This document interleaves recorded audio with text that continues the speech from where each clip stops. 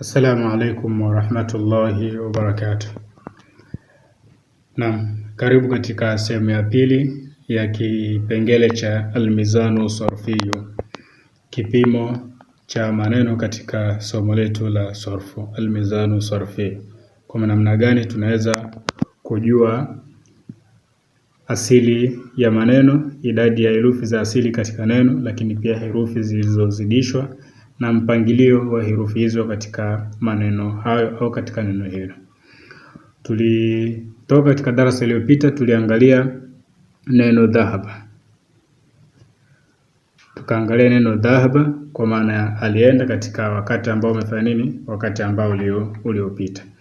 Na tukasema kwamba katika mizanu sarfiyo tuko na herufi tatu ambazo zimeunda mzani wa kupima maneno katika lugha ya Kiarabu. Herufi ya kwanza tukasema ni fa, herufi ya pili tukasema ni ain, na herufi ya tatu tukasema ni nini? Tukasema ni lam. Ama sivyo? Kwa hivyo leo sasa tunajaribu kuangalia mfano mwingine. Tuje tuangalie mfano wa kitendo jalasa. Jalasa kwa maana alikaa katika wakati ambao ulifanya nini? Uliopita. Tukasema ili uweze kulipima neno hili kwamba liko na herufi ngapi za asili, utaliandika katika mfumo kama huu. Utaliandika katika mfumo kama kwamba jalasa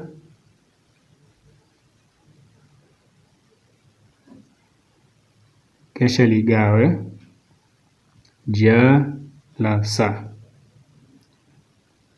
Ukishaligawa kama hivi, unakuja kuangalia herufi zako za kupima, faala, mzani wako. Herufi ya kwanza itakuwa ni faul kalima, utaiandikia fa. Herufi ya pili ni ainul kalima, utaandikia ain, na herufi ya tatu ni lamul kalima, utaandikia lam. Haya, irabu zake zinapatikana wapi? Tunazipata vipi? Tunaangalia harakati zilizopo katika neno hilo tunalopima. Jim iko na fatha, kwa na fa pia itakuwa na fatha. Lam iko na fatha na ain pia itakuwa na fatha. Sin iko na fatha na lam pia itakuwa na fatha. Kwa hivyo tunajikuta neno jalasa nalo pia mzani wake unakuwa ni faala. Leo tuangalie neno jingine, rakiba. Neno rakiba kwa maana ya alipanda, rakiba alipanda. Sasa neno rakiba na yenyewe pia ni neno la asili ambalo lina herufi tatu, ra, kaf na ba. Tukitaka kulipima kadhalika nalo tutafanya vivyo hivyo, kwamba herufi ya kwanza ya neno hilo la asili inaitwa ni faul kalima, na herufi ya pili ya neno hilo la asili inaitwa ainul kalima, na herufi ya tatu ya neno hilo tunaita lamul kalima. Kwa hivyo kwenye kupima nitafuatisha herufi ya kwanza na herufi yangu ya mwanzo katika kipimo changu. Kwa hivyo ra itaendana na fa, kaf itaendana na ain, na ba itaendana na lam. Kwa hivyo ra iko na fatha, kwa na fa yangu itakuwa na fatha, na kaf iko na kasra, kwa hivyo na ain yangu itakuwa na kasra, na ba iko na fatha, kwa hivyo lam yangu itakuwa na fatha. Kwa hiyo tunajikuta rakiba mzani wake ni fa'ila. Siku zote usisahau fa'ala mzani wako unachukua irabu zake kutoka katika neno hilo la asili ambalo unalipima wewe. Naam, sasa tuangalie ikiwa neno liko na herufi za asili zaidi ya 4 au neno limebadilika. Tuangalie mfano dakhala. Dakhala ina herufi tatu za asili. Sasa neno hilo dakhala liko na herufi tatu za asili, linaweza likabadilika likaandikwa katika mfumo kama tuseme madkhulun. Limeandikwa madkhulun. Kwa hivyo limetoka katika kuwa dakhala likaja kuwa nini? Madkhulun. Tunapima vipi? Tukipima neno dakhala mzani wake tutapata kwamba dakhala dha ni faul kalima, kwa itakuwa ni fa, kha ni ainul kalima, na lam ni lamul kalima. Kwa dha iko na fatha, kha iko na fatha, kwa hivyo na aini itakuwa na fatha, na lam ya mwisho iko na fatha, kwa na hii lamul kalima itakuwa na fatha. Kwa dakhala mzani wake ni fa'ala. Sasa limebadilika kutoka katika dakhala likaja kuwa madkhulun. Kwa unapopima neno likiwa limezidishwa herufi unatumia njia gani? Likiwa limezidishwa herufi unatumia njia gani? usichanganyikiwe. Njia ni hiyo hiyo, kwamba zibainishe herufi zako za asili, kwa maana ya dal, kwa maana ya kha pamoja na nini na lam. Zitenge hizo herufi kama tulivyokuwa tunafanya, utazitenganisha. Baada hapo ziangalie zile herufi za asili. Da ndio ambayo ilikuwa ni faul kalima, kwa hivyo madkhulun ni faul kalima. Da ilikuwa ni faul kalima, kwa hivyo utaiandikia hapa fa. Kha ilikuwa ni ainul kalima, na nyewe utaandikia hapa kwamba hiyo ni nani? Hiyo ni ain. Ain yako utaiandika hapa. Na lam ni lamul kalima, na nyewe pia utafanya nini? Utaiandikia huko mwishoni. Then hizo zilizoongezeka, herufi zilizoongezwa, na zote utaziandika tu kama kawaida.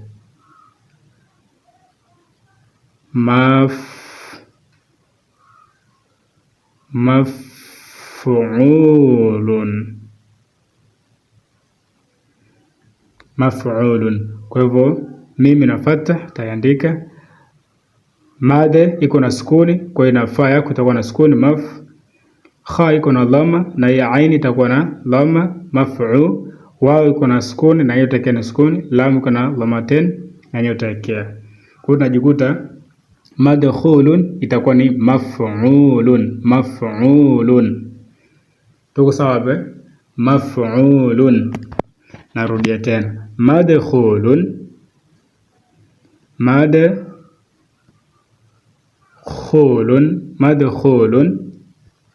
limetokana na neno dakhala. Tunalipima vipi kutoka katika dakhala ambayo mzani wake ni fa'ala kuja katika madkhulun ambayo limeongezwa herufi mim pamoja na wao? Tutasema kupima, unapima kama jinsi lilivyo. Utazitenga herufi hizi, kisha unafanya nini? Herufi zilizozidishwa unaachana nazo. Kwanza ziangalie herufi ambazo ni za asili, dal, kha na lam. Dal ilikuwa ni nani huko mwanzo? Ni faul kalima, kwa hivyo dal utaiwekea fa. Kha ni ainul kalima, kwa hivyo utawekea nini? Ain. Na lam ni lamul kalima, kwa hivyo utawekea nini? Lam. Na herufi zilizozidishwa utaziandika kama zilivyo. Kwa hivyo madkhulun imezidishwa, kwa hivyo naiacha kama ilivyo. Then dal ni nani? Ni herufi ya asili, kwa hivyo itakuwa ni ni ile fa. Na kha ni herufi ya asili, kwa hivyo itakuwa ni aini huyo. Na lam imezidishwa, kwa hivyo namwacha kama alivyo. Then huyu pia ni herufi ya asili, kwa hivyo namwekea mzani wake. Kwa hivyo kutoka kwenye ana fatha namwekea fatha, dal ana sukuni namwekea sukuni, ain ana dhamma namwekea dhamma, wao ana sukuni, lam ana dhammatain namwekea dhammatain. Kwa hivyo madkhulun mzani wake unakuwa ni maf'ulun. Kwa hivyo utajaribu kutafuta maneno ambayo yameongezeka na wewe ufanye hivyo, ili uweze kujua namna gani ya kupima maneno haya ambazo herufi zake zimefanya nini? Zimeongezwa. Naam, mfano mwingine pia tuangalie neno ambalo pia limeongezwa herufi. Tuchukulie neno kasaba. Neno kasaba ni neno la asili, iko na herufi ngapi? Herufi 3. Kwa hivyo mzani wake ni fa'ala. Sasa likiongezwa herufi, tuseme iktasaba. Iktasaba. Ama sivyo?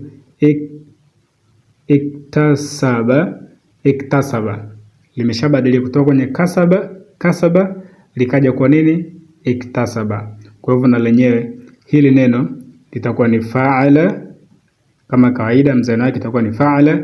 Hili unaangalia herufi ipi ambayo imeongezwa. Hamza, alif ndo ambayo imefanya nini hapa?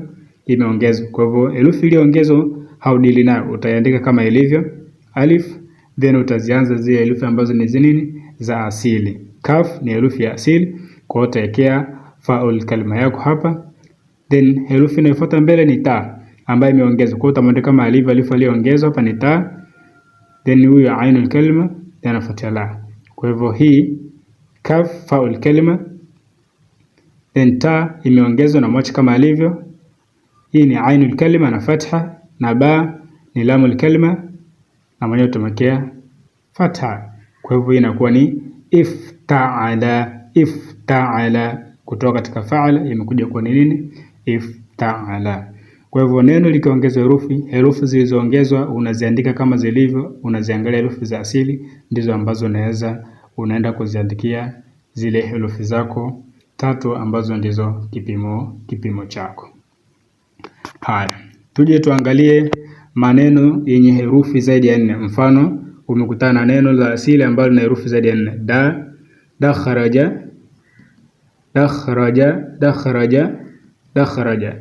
Unalipima vipi neno hili dakhraja? Na lenyewe vile vile utafuatisha herufi kama jinsi zilivyo. Dakhraja tuligawa hivi. Dakhraja utaanza na fa hii ya kwanza, fil fa'ala lam. Sasa angalia hapa kinachotokea. Neno la asili ukalikuta labda lina herufi 4, dakhraja, na mzani wetu sisi una herufi 3, fa, ain pamoja na lam. Unachokifanya, herufi ya kwanza ni faul kalima, utaandika kama kawaida fa. Ya pili ni ainul kalima, utaandika kama kawaida fa. Herufi ya tatu ni lamul kalima, utaandika kama kawaida fa'ala. Herufi moja inaishia. Mzani wetu kuna herufi 3. Kwa hivyo herufi inayoendelea inayoongezeka baada ya hapo utakuwa unaongeza lam kama kawaida. Kwa hivyo dakhalaja itakuwa ni fa'ala la. Hata kama zikiwa 5, ashum tunachukulia mfano, let's say jaja zikamwambia dakhrajaja, kwa hivyo na nyingi kuwa fa'ala la, lam pia zingefanya nini? Ingekuwa tungeongeza lam nyingine. Kwa hivyo neno lenye herufi 4 ukikutana nalo katika kulipima, mzani wako na herufi 3, herufi ya 3 tutakapokuwa imeshia, herufi ya 4 inayofuata unaongeza tena lam. Kwa hivyo dakhraja ni fa'ala la. Hapa tuko sawa? Dakhraja ni fa'ala la. Kwa hivyo neno unalopima herufi zake zikiwa ni 4 utaongeza lam. Tuangalie sasa herufi za asili zikipunguzwa inakuwaje katika kupima neno hilo. Sasa tunasema herufi za asili zikipunguzwa. Tuchukulie mfano wa neno. Chukulie mfano wa neno wathiqa. Wathiqa, wathiqa kwa maana ya alithibitisha, ama sivyo? Alithibitisha au aliamini. Wathiqa likapungua likaja kuwa thiqatun. Thiqatun, ama sivyo? Wathiqa itakuwa ni fa'ila. Mzani wake itakuwa ni fa'ila. Hapa limepunguzwa. Thiqatun imetolewa fa'ul kalima. Kwa hivyo na yenyewe pia likipunguzwa kama thiqatun, nawe pia utaanzia nini? Ailatun. Ailatun. Kwa maana ta ni herufi ambayo imeongezwa. Kwa hivyo utaiacha kama ilivyo, lakini hizi mbili ni za asili. Lakini fa'ul kalima imepunguzwa kutoka wathiqa ambayo imekuwa ni fa'ila, hapa ikaja ni thiqatun. Kwa hivyo ametolewa fa'ul kalima. Kwa hivyo tutaanzia na ailatun, tutaachana na herufi ya kwanza ambayo imetolewa ambayo ni fa'ul kalima. Kwa hivyo tutaanzia ainul kalima kwenda kwa lamul kalima, na herufi iliyoongezwa unaiacha kama ilivyo. Hivyo ndivyo ambavyo mzani, neno la asili likipunguzwa herufi zake, na mzani wako pia unapungua herufi zake. Vile vile tuseme qala. Qala kwa maana alisema, wakati ambao ulifanya nini? Uliopita. Huu mzani wake inaitwa kwa nini? Fa'ala, kwa sababu qala fa'ala. Ya kwanza ni qaf, kwa hiyo ni fa, pili ni hii hamza, na ya tatu ni lam, fa'ala. Then itakuja kuwa yaqulu. Katika wakati ambao uliopo tunasema yaqulu, ama sivyo? Yaqulu. Kwa hiyo tunajikuta ya ni herufi ambayo imeongezwa. Kwa hiyo mzani utaanza na herufi ambayo imeongezwa kama ilivyo ya, then qaf inayofuata ni herufi ya asili kwenye fa'ul kalima yaf. Wao inayofuata na yenyewe pia hii ni katika herufi ya nini ya asili, pia ni alif, sema tu imegeuzwa hapa ni imekuwa ni wao, lakini ni kitu hicho hicho. Kwa hivyo itakuwa yaf'ulu itakuwa ni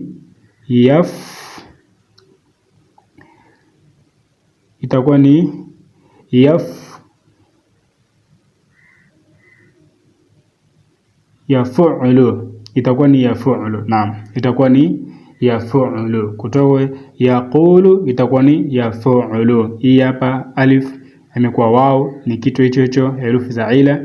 Kwa hivyo na mwenyewe utamwekea sukuni yaf'ulu.